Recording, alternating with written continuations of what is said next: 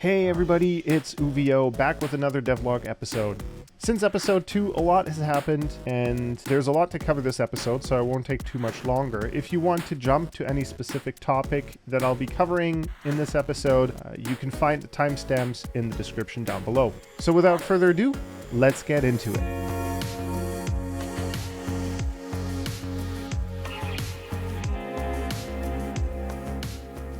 Picking up where we left off in episode 2, I just had finished the death animation, but now I'm running into the problem that it doesn't stop looping. So I went into the flipbook and I increased the length that the last frame is on screen, but it's not that elegant of a solution. And most of the tutorials I found were dealing with the set flipbook function, not so much an enumeration. There was one tutorial that I eventually did find that made me realize that I can actually use the set looping function inside of my animation state. What ended up happening here is that the animation wasn't properly playing at all, and that was because it was connected to the wrong branch. But once I figured that out, I moved on to the next thing, and that was figuring out how to make the animation start up again once it stopped playing. Initially, I tried to do this inside of the animation state function, but then realized that I actually have to create a custom event that then gets controlled by the event tick.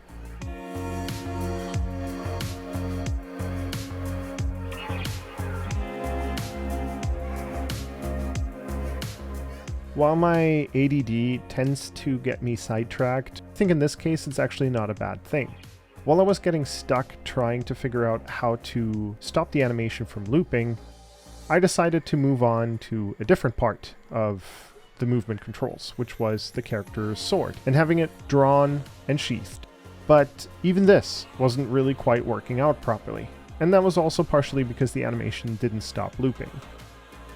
While I was trying to solve this issue and many other issues, I feel like I've developed a problem with booleans. I create a lot of them. Like, a lot. All the time, for everything. To control branches, because I don't really know how else to solve certain things. So if that's normal, and I'm just overthinking it, let me know in the comments down below.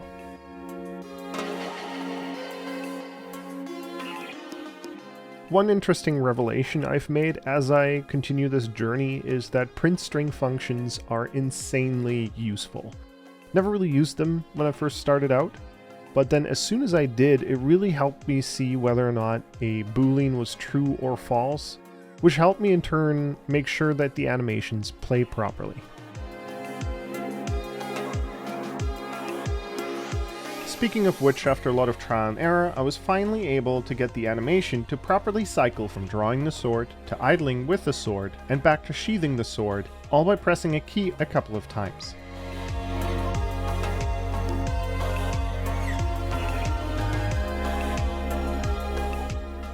Once that was finished, I started working on having the character go straight into the running with the sword if the sword was drawn while standing, just to avoid the sword just magically disappearing during the walk cycle, as that was the only animation that I had for the walk.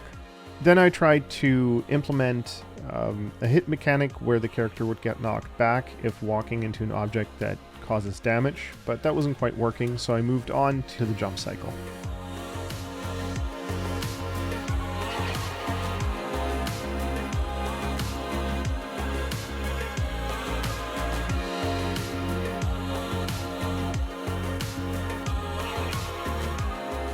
While all of this was going on, I started asking myself questions about what this game would be, what levels could look like, and what the overall start-to-finish experience might be.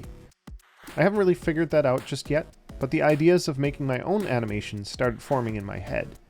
Now initially I didn't want to rely on my own art for this game to be able to get it out fast and move on to the next project. The reason for that thought was that I had watched a YouTube video by a game developer who was making the point that the first game shouldn't be a passion project. It should be a 15-minute game, something that you can actually finish in a reasonable time frame to learn the most possible, and then move on to the next project. Knowing myself though, I knew that that wasn't going to be entirely possible, and as you'll find out later in the video, and the sneak peek at the end of episode 2, I caved in, and this is most definitely turning into a passion project. But more on that a little bit later.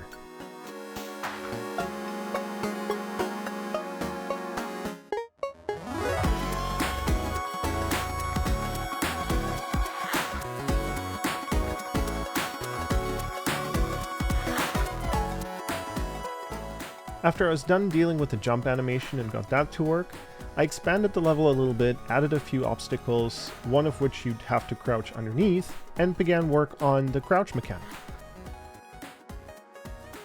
Now, the issue I ran into here was that every time I pressed the crouch button and using the crouch function, the character would either pop up or go below the ground. And this was dependent on whether or not the crouch function's half height matched or was less than the half height of the cancel component. I fixed this by using the set relative location function both on the crouch and the stop crouching. That way I could move the character up every time the character was crashing through the ground while crouching, and move it back down every time the character stops crouching. From that point, I started to expand the level more and more in order to be able to test wall sliding and double jumping a lot better, which were the next two mechanics that I started working on.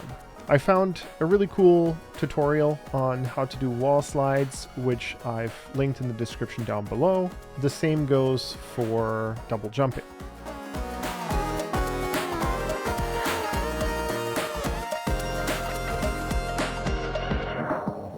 So we're actually getting toward the end of me using this character and try to implement some falling animations, some double jumps, and attack animation. And while the double jumping mostly worked, it kept infinitely looping while sliding down the wall. Falling animation kept playing while I was moving across the ground, and the attack animation was still buggy as well.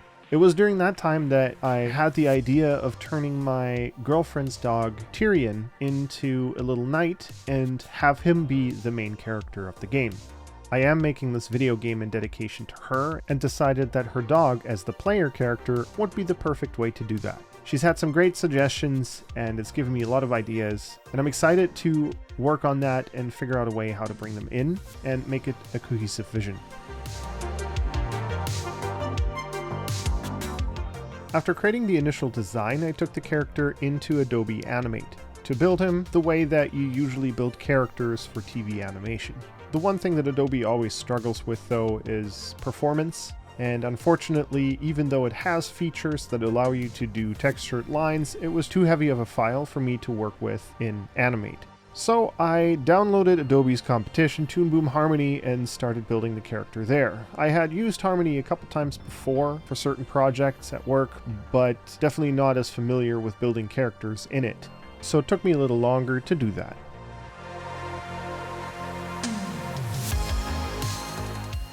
To begin with, I animated the idle cycle. Just some simple up and down breathing animation to make the character look alive. Once that was done, I moved on to the run cycle. For the run, I started out with rough animation because it's a lot easier to get your keyframes down and work on the overall timing and posing than to start out with the character build.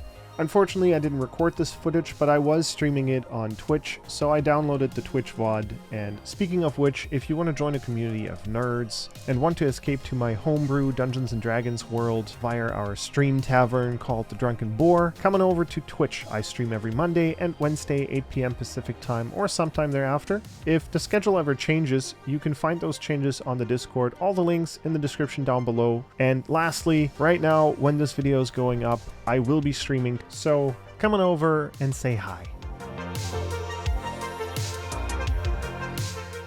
Alright everybody, thank you so much for watching. That's going to be it for this episode, and my apologies for the long wait. I know it's been a while since the last upload, and I don't know to what extent I'll be able to keep up a frequent schedule because I do have a day job, and so I'm not able to work on this all the time. And to be honest, these videos do take me quite a bit longer than they should. That being said, as outlined in the very first devlog, I'm planning to document my entire journey through making this game, not just to share with you guys, but also to document it for myself and be able to look back at it when it's all done. With that said, if you enjoyed the video, please hit that like button and consider subscribing for future content.